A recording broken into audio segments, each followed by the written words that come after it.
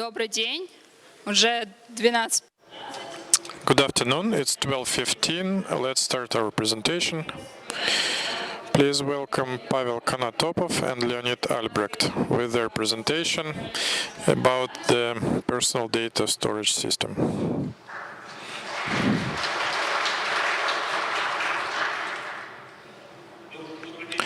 Good afternoon, everybody.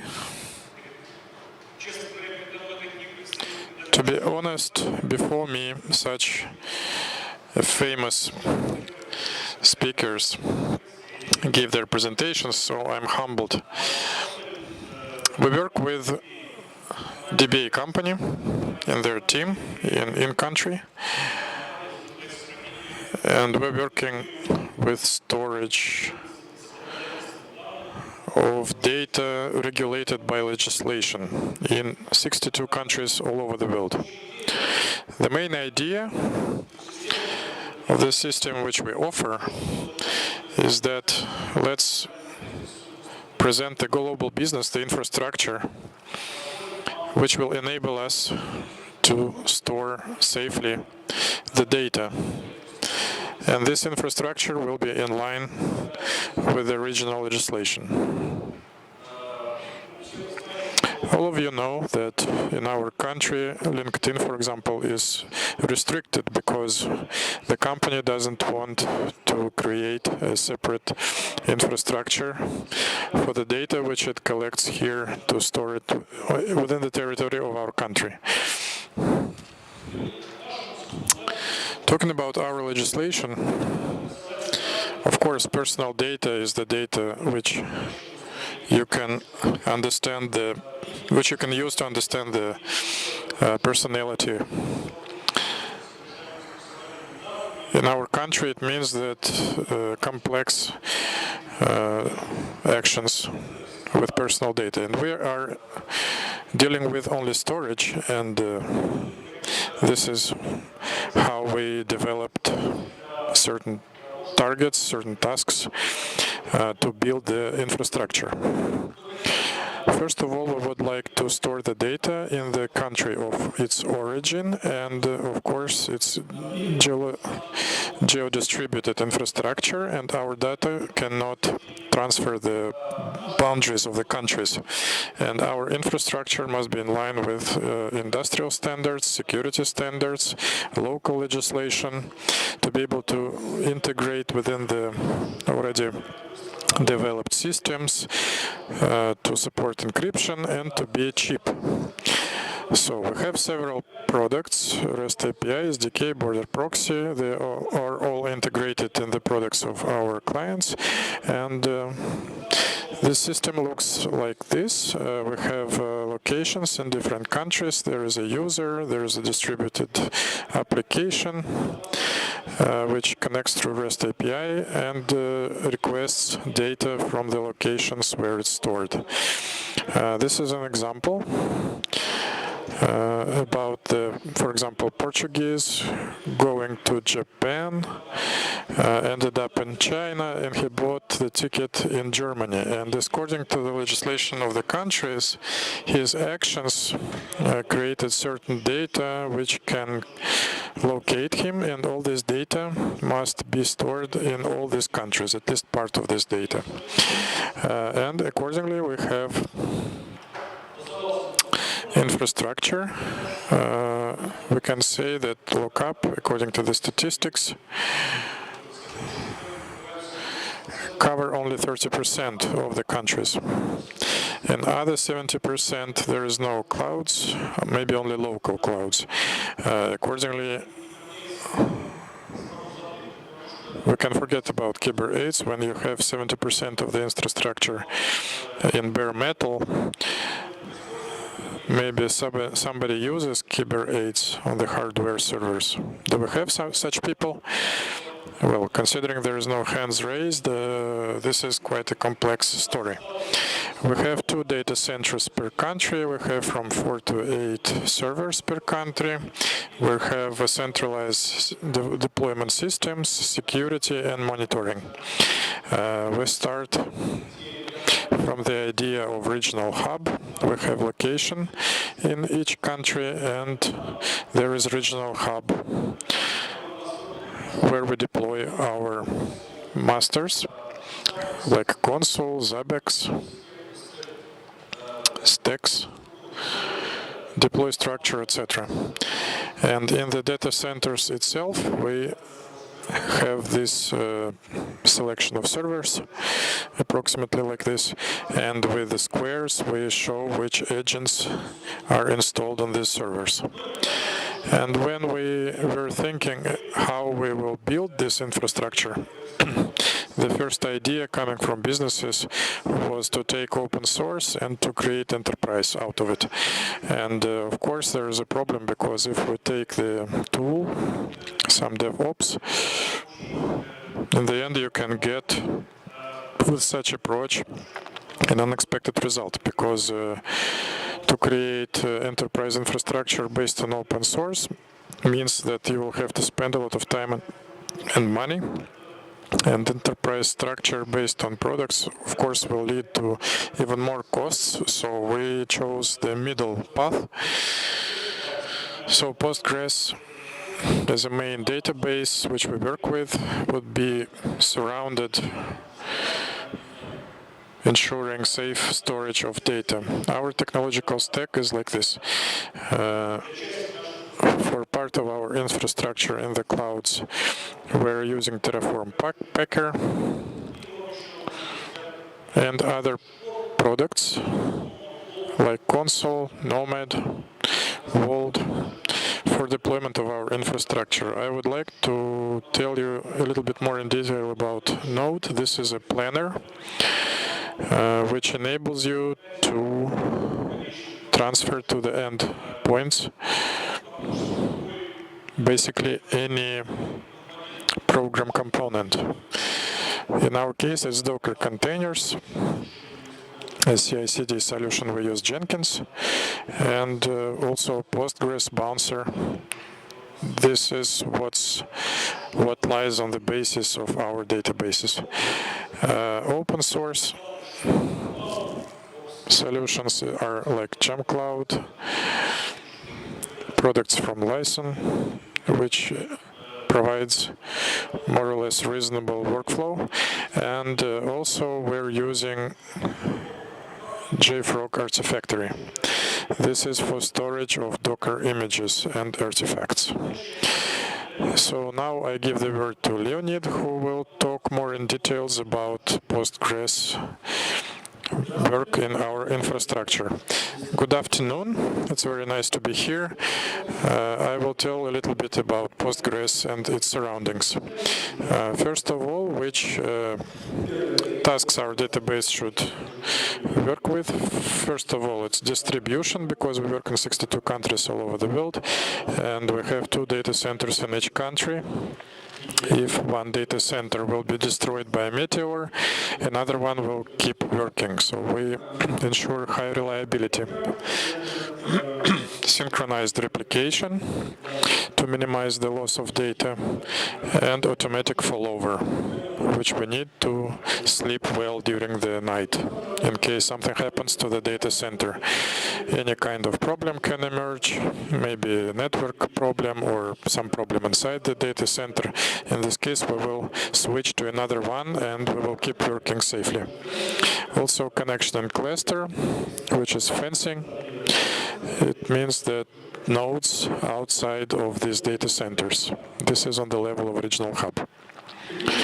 So these are the mechanisms, components which are working in the database. First of all, PostgreSQL, PG bouncer for connections. We're also looking to Odyssey, because PG bouncer cannot return the readable error from the user to the application, and also Odyssey speeded up PG bouncer. Now the issue releases more often, and we're still using PG bouncer currently. Patronia is a mechanism of management of cluster. Who is using Patronia in production? Raise your hands, please. Not so many as I expected, but okay. HashiCorp Consul we're using not just as a storage for condition of cluster storage and cluster configuration storage, we're using it also as Consul templates, which enables us to, for example, when one of the data centers is offline, it will start checking, and in case it doesn't get the positive response from the node with the data center master, it will put new template Nginx, which will work as TCP proxy. It will put new config, and it will know where to go for a new master. HashiCorp Vault, as Pavel said, we're using a scheduler for the containers, and it delivers the images to production. And it starts the containers and automatically returns online these containers in case they fail. Also, we're using HashiCorp Vault for storage of secrets. Somebody is using HashiCorp Vault in your infrastructure, the database engine. Who is using database engine? Thank you. I will tell a little bit more in detail about it later. So on this picture you can see deploy up to the database server. We have a team of DevOps who deploy the application to the server. In GitHub, we store all our private repositories, all the code. Here you can see that we configure the roles and provision the hosts within Invincible, and the whole configuration is stored in Ansible roles. And we're maintaining the philosophy that we deploy from Ansible to store all the changes in repositories. So the process of server preparation is like this. We deploy it, we install necessary packages, put necessary files and configuration files, and then Jenkins configures the pipelines which transfer the images to production. Pipeline first of all goes to GitHub. It takes from the repository the Docker file, it deploys the image, takes Nomad file template, which I will show you later. I will show you my template file where it's described how you deploy these containers. It puts the image to Artifactory, and then it gives command to the JFrog to start certain processes. Basically, it's done in 2 clicks of the mouse. So the necessary images transfer with necessary tag, and necessary version is delivered to the production and is redeployed in case some container is already existing there. And it updates the minor versions very quickly.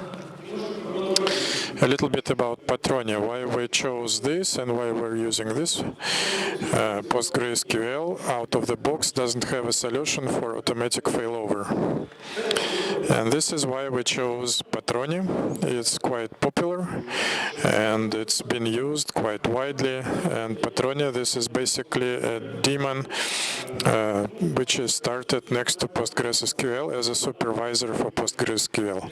It cannot survive without it. It has a certain functionality to switch off the supervision to work without it, but inside the container it's virtually impossible. This daemon also coordinates DCS. In our case, at Consul, it puts the keys of leader, the cluster configuration, and other data which it needs, and also it takes decision about promotion or demotion of the node. If master is out of order, the master has a key for TTL of leader key. If its lifespan expires, it chooses the new one. This is briefly about it. So its advantages is that it's easy to read for other team and technical support. And also there is a very convenient utility for debug and for support, for unbook. They can start something, they can perform initial diagnostics to switch from master-slave or reinitialize the replication in case of any problems. About Nomad a little bit. So, the pluses and minuses.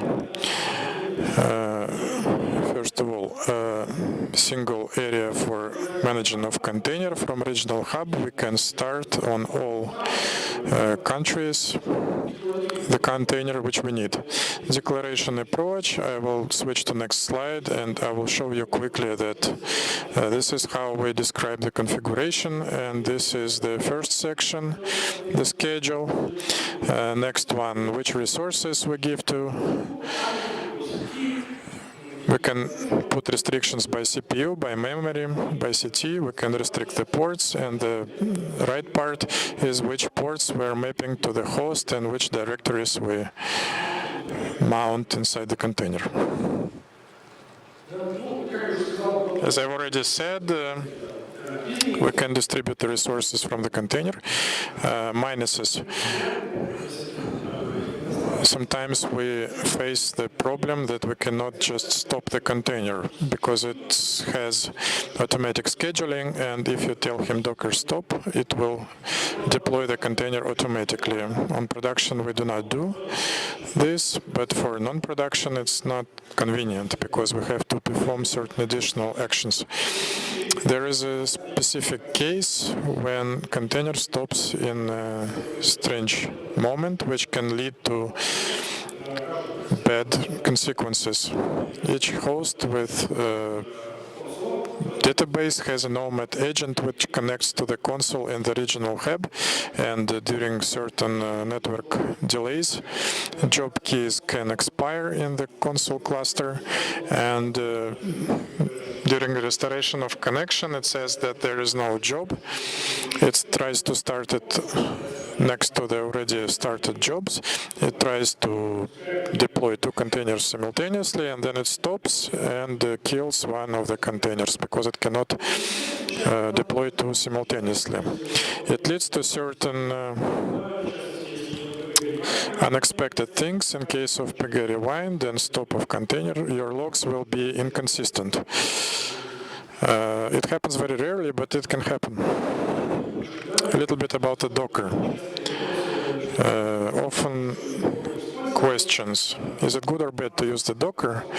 Currently, we do not have much problems with Docker, and containers lives well until it stops. First of all, we are using persistent storage for database files. All database files are stored in the volumes on the servers and mounts inside. Regional hubs, as you already understood, are quite distributed by territory, and delivery to production is quite an interesting task, and Pavel solved it in a way that he is using multi-stage build, and he compressed it to 70-100 megabytes. It builds for a long time, but then it delivers to production quite quickly. It takes maybe 1 minute, and we compress significantly the time of delivery to production. Our test shows that there is almost no overhead, either with or without containers. Your CPU will be enough. HashiCorp Vault. Why we chose it and how we're using it. As you've already understood, we store personal data of our clients, and secondly, we are subject to different audits quite often, and we need to maintain the policy of password retentions, and every 2 months we need to update the passwords. We have 62 countries, many users, many passwords, a big DB team, and this is why we chose solution of this policy. We looked at HashiCorp Vault, and and installed it. It enables us to store the static secrets. You can use it as your password storage tool. You can use CLI utility or user interface. It has database engine for PostgreSQL, for MySQL, and some other databases. I do not remember exactly. And it allows to manage static and dynamic roles. First of all, static role is the one which you already have in your database. You created it manually, and your retention policies for it is, for example, once in 2 months you update it. You go to Vault, you tell it, go into this database to a certain user or group of users and update the password every 3 months. So in this way, our users do not store their passwords locally from the host, and from the database host they connect. The database users access the vault, they take their credentials, and they access the database. And when the update day comes, it updates it from 0. Dynamic roles is more interesting. On this scheme you can see the example of requests to Vault. You configure the Vault that you want to create a certain role with a restriction for rights, for example, for health checks or some other applications can be a separate role. You grant it a certain credentials, and it gets its credentials only when it connects the Vault. And Vault creates such user with certain rights of access, and for example, for 1 hour. And after that, the user gets such access rights, goes into the database, does something, and then the role is deleted automatically upon the expiry of its lifespan. This is very convenient. Now a little bit about the replication in our reality with 2 distributed data centers. We talked a little bit yesterday about the slots. This is quite a sensitive issue. For example, in Petrol, if the replica is down, about 1 minute after it deletes the necessary slot for replication. And this has been done, as I understand it, due to the reasons which are understandable, because Patronia doesn't understand always if the replica is down forever or it may be come back later. And this is why they decided to delete the slot for replication. And it can create problems because the replica may be down due to some network problems, and then it's back, didn't find the necessary slot, and something has already throttled or deleted. And this is why we need to remember about vol keep segments and to configure them in a certain balance so the file replicas would be available on the host. Synchronized replication we're using. And this is the bottleneck. The bottleneck is the network. During the synchronous replication, the vals segments goes to the replica, and we create an entry in the master. And territory distributed servers can have such problem, and Patronia has a great parameter, which is synchronous mode. In ordinary configuration, the synchronized replica, if replica is down, master stops working, and Patronia has parameter synchronous mode when the replica is down. During a certain period of time, when Patronia performs the health check, it notices that replica is down and it switches the master into standalone mode, and then the master keeps working normally. And as we have certain network problems from time to time, and some lag can appear for synchronization, I mean lag for the writing.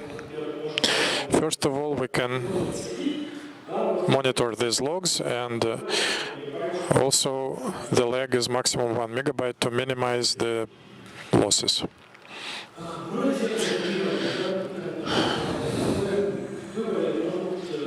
we chose the PG Pro Backup for backup.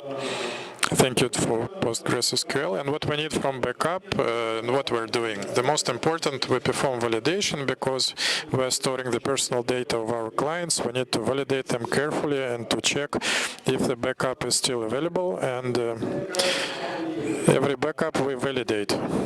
All the actions we monitor, and every action is stored in the log, and if it's successful or not is monitored. Also, there are some particularities for the policy of storage for different clients. For example, the clients from different medical establishments, we have to store the data of their clients for 14 years, which also creates certain peculiarities for this data. And considering that we have 2 data centers and we would like to ensure the safety of all data, we have a double backup to the both data centers, for example, master and the one next to it, and also the double backup archive. And in case of some problem, we will have the data available. This is approximately the scheme. Backup host switches the backups with a certain time period, and backups are pushed to archive of files. This is nothing difficult about it. What Patroni is convenient for backup? First of all, you can create replica using the utility, using the Patroni, custom replica from backup. By default, the replica is initialized using the utility PGBS backup by standard, but this can be reconfigured with parameter replica method. Basically, you can give it any name, which we named it Pro Backup, and the command which starts for initialization of the replica. It backs up to backup host, and then it restores from the backup. What's important is that we can limit the resources of network usage, for example, by 100 megabytes.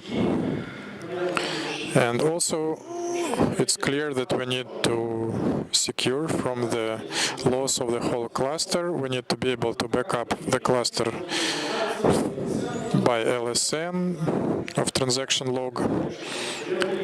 This is quite a rare occasion, but for data center synchronization replica, we need to be prepared for it. And there is also a custom method for cluster destrapping. We can set your own method. You can call it Pro Backup, and you can give it command which will restore the database file, and the second one which will Patroni behavior when Patroni tries to put its own restore command, we tell it where to fetch the val logs from. And recovery target timeline, we put latest, so we can restore it anytime. As I've already said, backup is impossible without validation of backups. What are we doing for validation? First, the minimum Docker image for minimum startup is a standard Docker image with Postgres. A restoration script from backup is the same, but not from the remote, but from local host. Postgres for start config from production is impossible to take because some parameters may be different, etc. So we start this Docker image using script. We put PostgreSQL conf. Then we're checking this if the start was successful, that the database is restored successfully, that it accepts reads and writes, and then we perform certain actions for ourselves. logical dump for validation. By default, we have MD5 checksums, and this is how we perform the logical dump to def null. We're checking the logical integrity. Then we have a table which takes from master host different information. For example, it can be number of rows in the table which you need. You collect this information before the backup. Backup stores this information. The backup which you're validating currently. Then you deploy the backup and you start the same function, which will store the number of rows in your table. And then you can visually check it. If there is a minor difference, let's say 30, 40, 50 rows, if you have thousands or millions of rows, then something is wrong. Next, PG Pro Backup has functionality for unchecking. Basically, you can, without PG Pro Backup, to use the functionality of mcheck, but it will be quite difficult for understanding. PG Pro Backup has its own functionality, and all you need to do is to create extension in your database uncheck. And after that, you start the utility PG Pro Backup with the following parameters for your database, and then it will check all the variants of your indexes.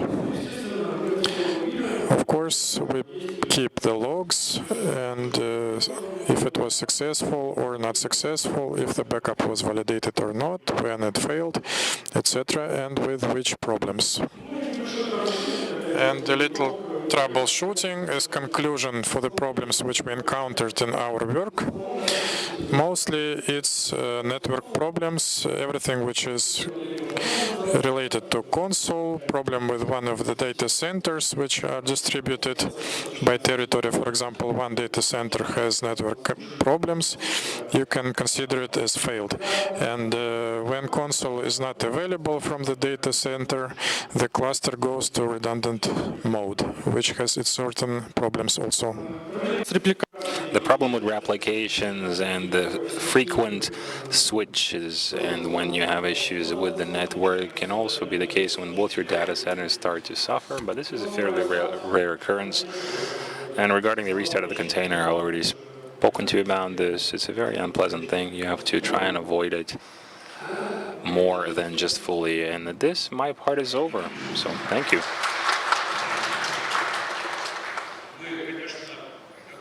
Of course, when we were building this infrastructure, we wanted to beat the speed of light. And we also would want for the replication to be almost instantaneous. And if you look at the map of the Middle East, the thoughts about where can we actually place the regional hub, the very first thought that came to our heads, let's locate it somewhere in the middle for it to be equally far away from all the locations where we have servers. But if, for example, you look at what the center is, if you look at Singapore, then from Singapore to India is 6,000 kilometers, and all sorts of things can happen on the way, especially if you are not using the services of channels of communication like low latency and so on. And this is a big problem for us, but we're trying to solve it, and if the console doesn't go to Postgres, then the Postgres comes to Consul, and vice versa. And I'd like to say a couple of words right now about such a thing. The thing is, our company is always audited, and the audit is not only they are checking our IT infrastructure, but all our processes. And so the vanilla Postgres has a difficult time because we don't have enough, to get an audit going.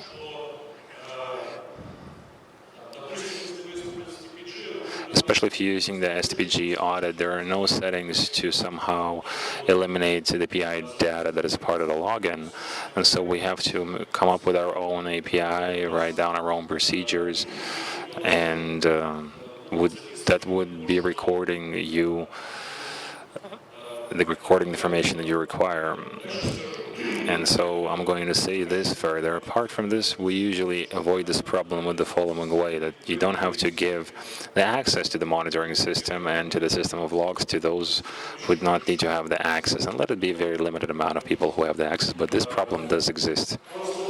And just a couple of words about the team of our project. We have architects, we have developers, we have DevOps, we have DBA, security, application security, and QA and knock-ins. So around 35 people around who you can build the infrastructure around these countries, and it's not a finite number. We're still expanding for them to build up an infrastructure that is going to be accurate and in line with the enterprise demands. Now, regarding the DBA in our team, you can see very well that DBA must know how to do a bit of everything, because it is a very frequent case when we are during the manufacturing process encounter the fact that we give to the DevOps team something to automate, and then this automate comes across, and then we're forced to redo it, and then what we do is just write the automation from the very beginning, and then we are being corrected as we go. And I do hope that we are going to win.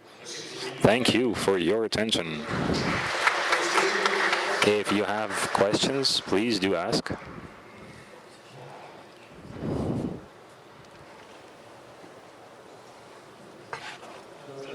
Yes, good day. Hello. Am I correct to understand that you are also responsible for the European segment? Yes. Yeah, I have a very silly question. We have a problem that each person solves in their own way. There are certain demands in regards to which the data subject has the right. The data subject can say, hey, can you delete all the data about me? How does this meet the demand for the maintenance of a backup? So, for example, some person wants for them to be forgotten about, and then you do backup restore. And then, because the thing is, because we are just storing data. Some grandma can call in and say, hey, please delete this. But we're not an operator. Based on our infrastructure, the operator that aggregates them, writes them, deletes them, processes them, this is the person carrying out this operation. But in our case, this is the data that is just lying down in a database. So it's just the data of a person who just came with this demand, and the person who came with this, we're just going to direct them towards the people who initially collected their data. Good day. Well, you say you have a simultaneous replication between data centers, and you have the standby, which goes away after some time. And how do you relaunch the standby when the replication is blown apart? Wait, if the replica has just some issues for network issues, then the patrons maintain it by themselves with a certain periodicity. It's continuously uploaded to both of the neighboring nodes and to the Consul. And what happens if the node is overfilled? Then the only option is reinitialization. Alexander Kukushkin, in his lectures and his presentations, he always insists. Well, yeah, he always says that you have to do archive. Yeah, the archive. And we are forced to support what he's doing. Can you please tell me the containers from the database, what you registered on? And you haven't fully covered this. So if you are actually doing a reboot, do you recover? How much do you actually recover? What we do is SOC Nomad. In its pure form, it is a normal scheduler. It launches what you need, where you need, but we also use it to launch containers. And in this Nomad, it has its own entity, which is called Joba, and you've seen how it is being described. You also have different settings that allow you to do the following things. So this job gets launched on a certain coast. This job itself is registered as being launched, and it sends this data to the console, where in the console it displays that I had this host launching this job, and if for some reason it crashed, the reason doesn't actually matter here. Then the Nomad is going to rescript this container with the rules that you give it to. So it's automatically attached to the place where the data files are stored. Yes, we have to logically attach it because there's no other way.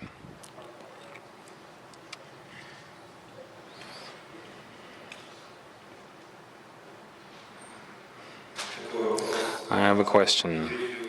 Do you keep the logs of slow queries? And if you do, how do you make the personal data not go into these logs? Yes, this is a problem. I'm not able to answer this question right now because we actually have not solved it yet, but yes, this is an existing problem.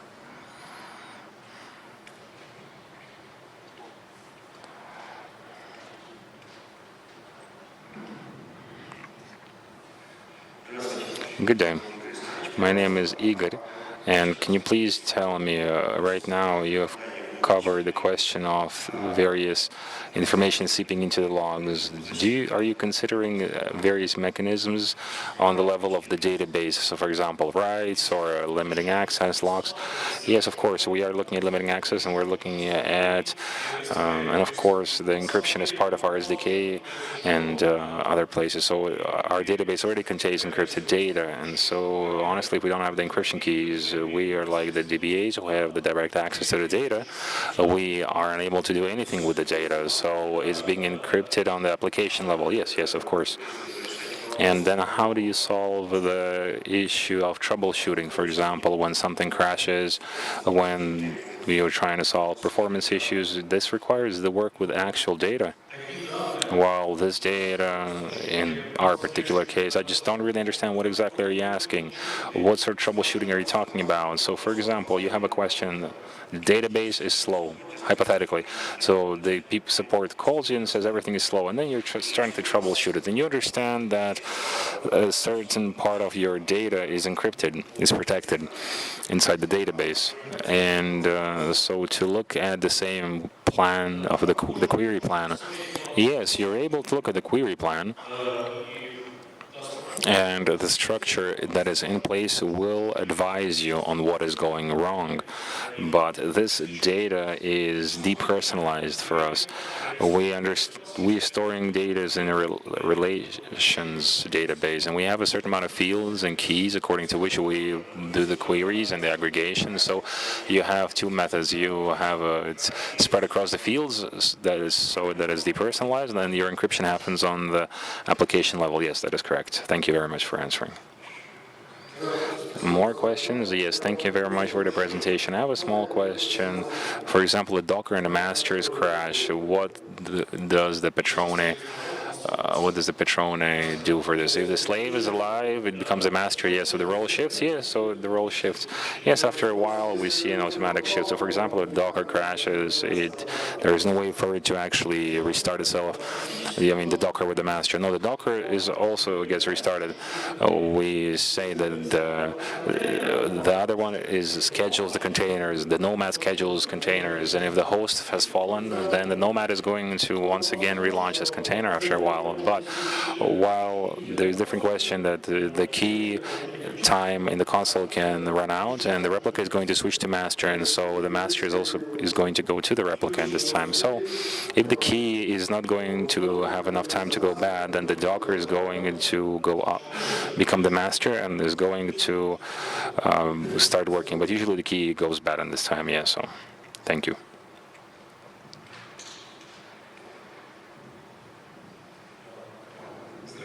Hello, I have a question about the Nomad.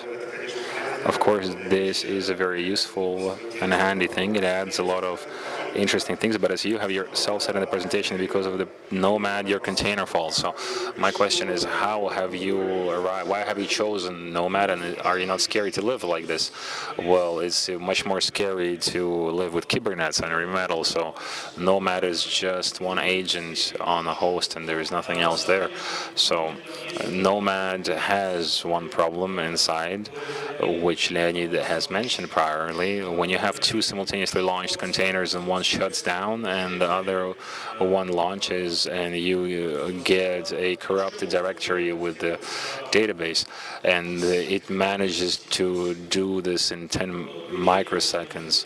So, it's meant to close one and start the other, but sometimes it happens that it simultaneously starts and stops them, and the difference in 10 microseconds makes a very destructive impact. And we're trying to invent various methods to slow down this process. I mean, the Nomad is really quick, and we just need to slow it down in this instance. And they're telling us that our time is up. Thank you very much for your attention.